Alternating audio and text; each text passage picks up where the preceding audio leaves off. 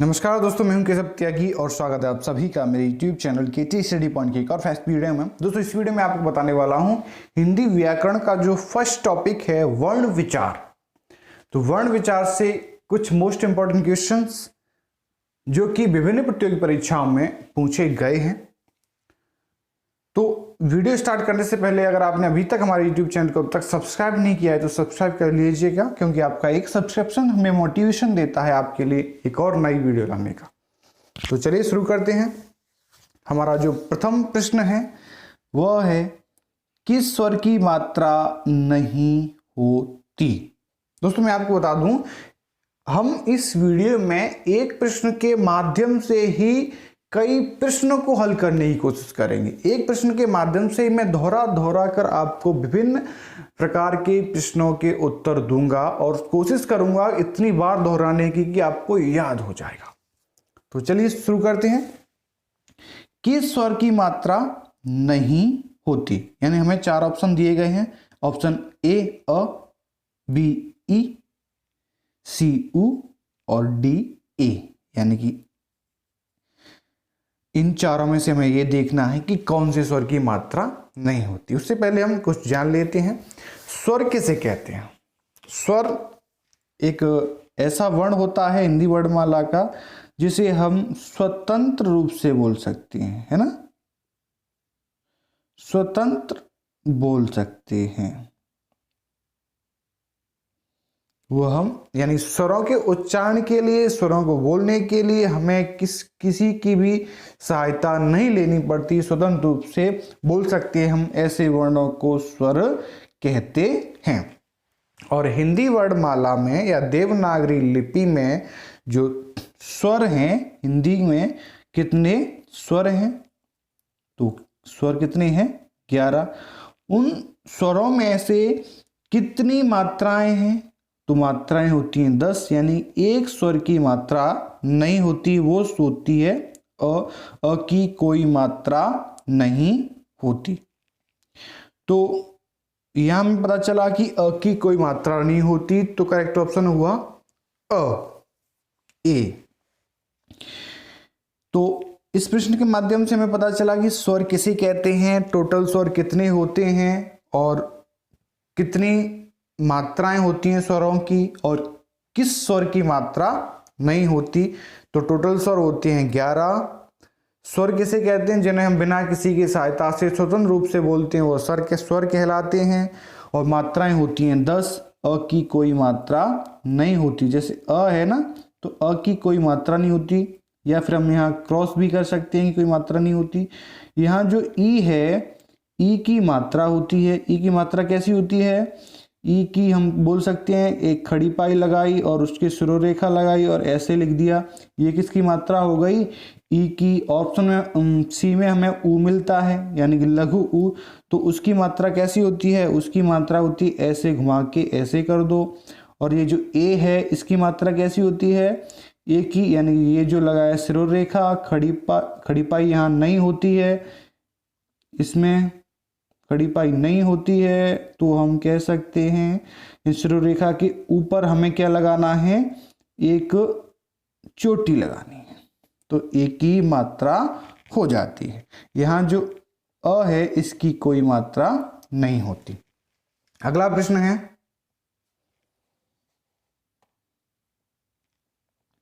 अंतस्थ व्यंजन है। अंतस्थ व्यंजन है, तो सबसे पहले हमें पता होना चाहिए कि व्यंजन किसे कहते हैं। व्यंजन हम ऐसे वर्णों को कहते हैं जिन्हें हम स्वतंत्र नहीं बोल सकते, या हम कह सकते हैं कि उन्हें हम किसी स्वर की सहायता से बोलते हैं। ऐसे व्यंजन वर्ण व्यंजन कहलाते हैं। तो हमें यहां देखना है कि अंतस्थ व्यंजन किसे कहते हैं। ऑप्शन में ए में क ख ग घ, ऑप्शन बी स स और ह, सी में य र ल व और डी में क्षेत्र ज्ञ और स्र। तो यहाँ जो अंतस्थ व्यंजन है वो है सी, य र ल व अंतस्थ व्यंजन होती हैं। और अंतस्थ व्यंजनों की संख्या कितनी होती है? 4। तो टोटल व्यंजनों की संख्या कितनी होती है? 33। यह जो ऑप्शन ए में मिला है हमें क ख ग घ, ये होते हैं स्पर्शी व्यंजन, या फिर हमें बोल सकते हैं वर्गीय व्यंजन, क्योंकि क से म तक जो वर्ण होते हैं उनको हम 5 वर्गों में विभक्त करते हैं, क, च, ट, त और प वर्ग। ये हो गए 5 वर्ग और प्रत्येक वर्ग में 5 ही वर्ण होते हैं। तो ये जो संख्या होती है 25 होती है वर्गीय वर्ण की, 4 होती है अंतस्थ व्यंजनों की जो ये लव होती हैं। ये जो ऑप्शन बी मिलता है हमें स और ह, इन्हें हम ऊष्म या संघर्षी व्यंजन कहते हैं। कैसे कहते हैं इन्हें हम? ऊष्म। ऊष्म क्यों कहते हैं? क्योंकि इनके उच्चारण करते समय जो प्राणवायु होती है वो संघर्षी करती हुई बाहर निकलती है, जिसके कारण वह गर्म हो जाती है। ऐसा प्रतीत होता है कि वह गर्म हो गई है, तो इस वजह से हम इनको ऊष्म व्यंजन भी कहते हैं। और इनकी संख्या टोटल कितनी होती है? इनकी संख्या भी 4 होती है और इन्हें हम संघर्षी व्यंजन भी कह सकते हैं, दूसरा नाम। यहाँ ऑप्शन डी में हमें क्षेत्र, ज्ञ और स्र मिला है, इन्हें हम संयुक्त व्यंजन या संयुक्त वर्ण कहते हैं। तो चलिए शुरू करते हैं अगला प्रश्न जानना। हमारा जो अगला प्रश्न है वो है पश्च स्वर है। पश्च स्वर है ऑप्शन ए अ, आ, इ, री और ए, आई। ऑप्शन बी उ और ओ, औ। ऑप्शन सी इ, री और ए, आई। ऑप्शन डी आ यानी बड़ा आ दीर्घ आ और दोनों उ और ओ और औ। तो सबसे पहले हमें पता होना चाहिए कि पश्च स्वर किसे कहते हैं, परिभाषा क्या है पश्च स्वर की। तो वे स्वर जिनके उच्चारण में जिह्वा का पश्च भाग अर्थात पिछला भाग क्रियाशील रहता है, ऐसे स्वर हम पश्च स्वर कहते हैं। तो यहाँ जो पश्च स्वर हैं वह है आ, उ, ओ और ओ, यानी करेक्ट ऑप्शन हुआ डी। ये पश्च स्वर हैं। लेकिन यहाँ हमें ऑप्शन और भी मिलते हैं, उनके बारे में भी थोड़ा सा डिस्कस कर लेते हैं। जैसे ऑप्शन अ यानी ए में मिला है अ, आ, इ, री और ए, आई। ये ओष्ठाकृति के आधार पर हम इन्हें अवृत्ताकार स्वर कहते हैं। कैसा स्वर कहते हैं? अवृत्ताकार स्वर कहते हैं। और ऑप्शन बी में हमें मिलता है उ और ओ, औ। इन्हें हम ओष्ठाकृति के आधार पर वृत्ताकार स्वर कहते हैं। जैसे वृत्ताकार क्यों कहते हैं? क्योंकि इनके उच्चारण करते समय ओष्ठ यानी होठों का आकार वृत्त के समान गोल हो जाता है, जिस वजह से हम इन्हें वृत्ताकार स्वर कहते हैं। और ये ऑप्शन ए में मिला हमें, इनके लिए वृत्ताकार स्वर नहीं होता तो इन्हें हम अवृत्ताकार स्वर कहते हैं। और ऑप्शन सी में इ, री और ए, आई है, ये जिह्वा की क्रिया के शीलता के आधार पर अग्र हो गए। कैसे हो गए? अग्र स्वर। और ये जो ऑप्शन डी में मिलते हैं हमें वो हो गए आपके पश्च स्वर, जिह्वा की क्रियाशीलता के आधार। तो अगला प्रश्न है हमारा, विवृत स्वर कौन सा है? कैसा स्वर? विवृत स्वर कौन सा है? ऑप्शन ए आ, ऑप्शन बी अ, ऑप्शन सी अ, ए, औ, ऑप्शन डी ए और ओ। तो सबसे पहले हमें इसका अर्थ पता होना चाहिए कि विवृत स्वर कहते किसे हैं। तो विवृत स्वर हम का अर्थ होता है खुला हुआ। क्या होता है? खुला हुआ। यानी कि वे स्वर जिनके उच्चारण में मुख पूरा खुला रहता है, अर्थात कह सकते हैं सबसे ज्यादा खुला रहता है, उन्हें हम विवृत स्वर कहते हैं। तो यहां जो ऑप्शन ए में मिलता है हमें आ, जैसे हम आ बोलते हैं ना आ, तो आ का उच्चारण यानी कि दीर्घ आ का उच्चारण करते समय हमारा मुंह पूर्ण रूप से खुल जाता है या सबसे ज्यादा खुलता है तो हमें इसे विवृत स्वर कहते हैं। उच्चारण करके देख सकते हैं, आ यानी मुंह पूरा खुला, तो इसे हम कहते हैं विवृत स्वर। तो करेक्ट ऑप्शन हुआ ए। अगला प्रश्न है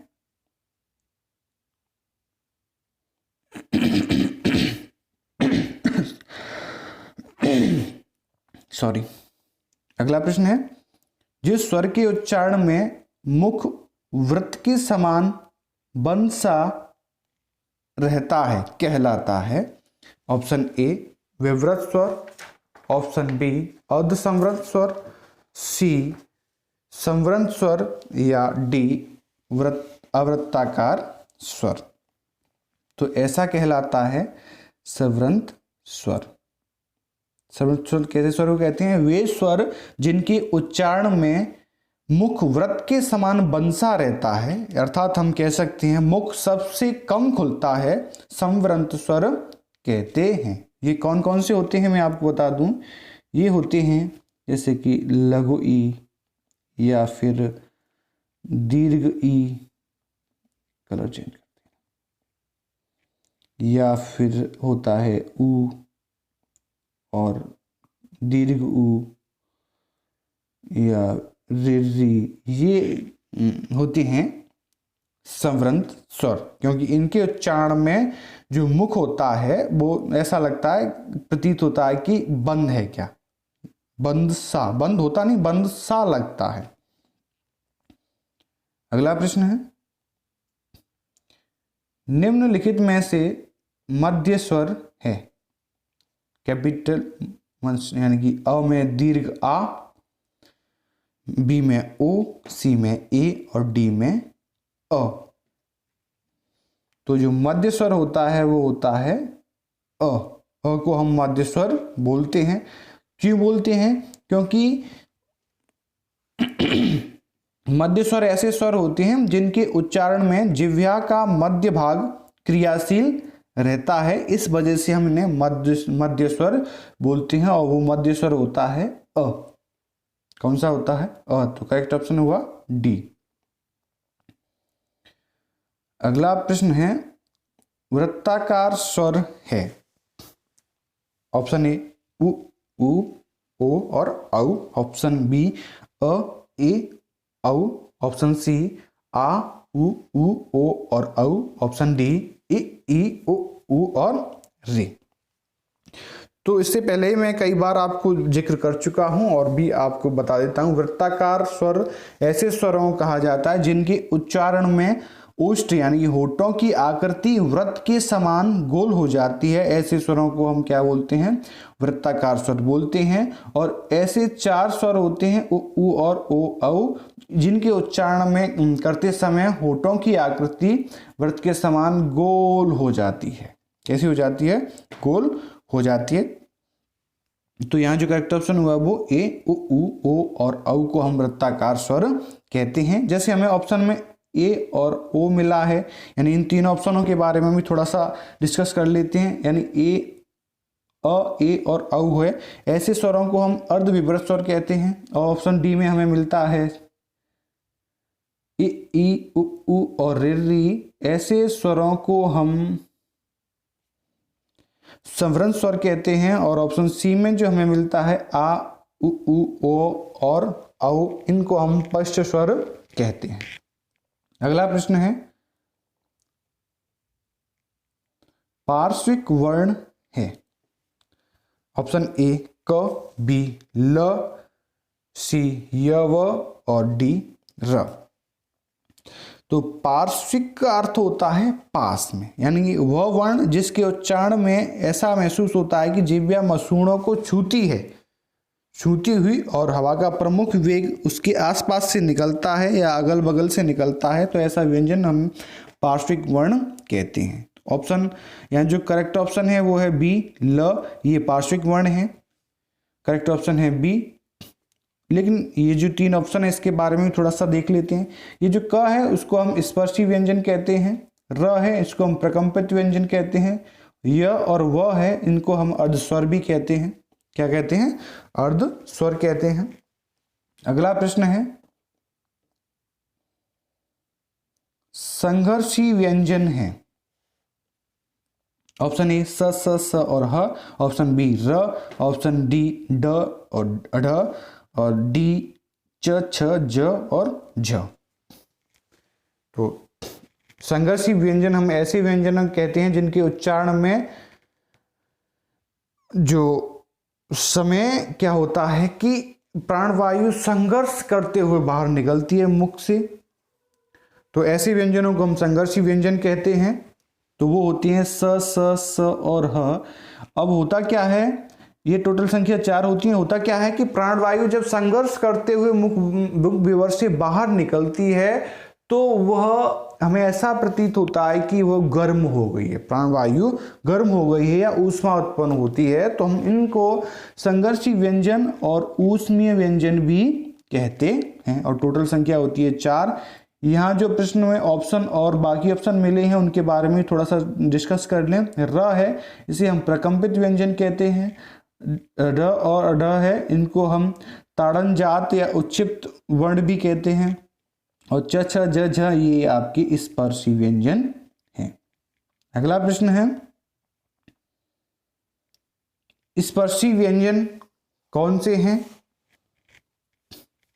च छ ज झ और बी ड अंग अड़ न और म, सी क ख ग घ ट और डी य और व। तो स्पर्शी व्यंजन हम वे व्यंजन होते हैं जिनके उच्चारण में विभिन्न अवयवों का स्पर्श किया जाता है, स्पर्शी व्यंजन कहलाते हैं। जैसे कि क ख ग घ ट ठ ड ढ त थ द ध प फ ब भ, यानी ये जो 16 वर्ण होते हैं वो स्पर्शी व्यंजन कहलाते हैं। यानी क वर्ग, ट वर्ग, त वर्ग, प वर्ग, इन चारों वर्गों के जो शुरुआत के 4 वर्ण होते हैं वो स्पर्शी व्यंजन होते हैं। और टोटल संख्या कितनी होती है? 16। यानी कि यहाँ जो च वर्ग होता है वो स्पर्शी व्यंजन में तो आता है, लेकिन वो स्पर्शी और संघर्षी व्यंजन होता है। तो ये जो इस ऑप्शन को हम ओनली स्पर्शी व्यंजन नहीं कहेंगे, क्योंकि यह स्पर्शी और संघर्षी व्यंजन होता है। और जो वर्णों के पांचों जो वर्ग होते हैं उनका जो 5वां वर्ण होता है ड अंग ड न म, इनको हम नासिक्य व्यंजन बोलते हैं। कैसे बोलते हैं? नासिक व्यंजन। और य और व ये होते हैं आपके अर्धस्वर।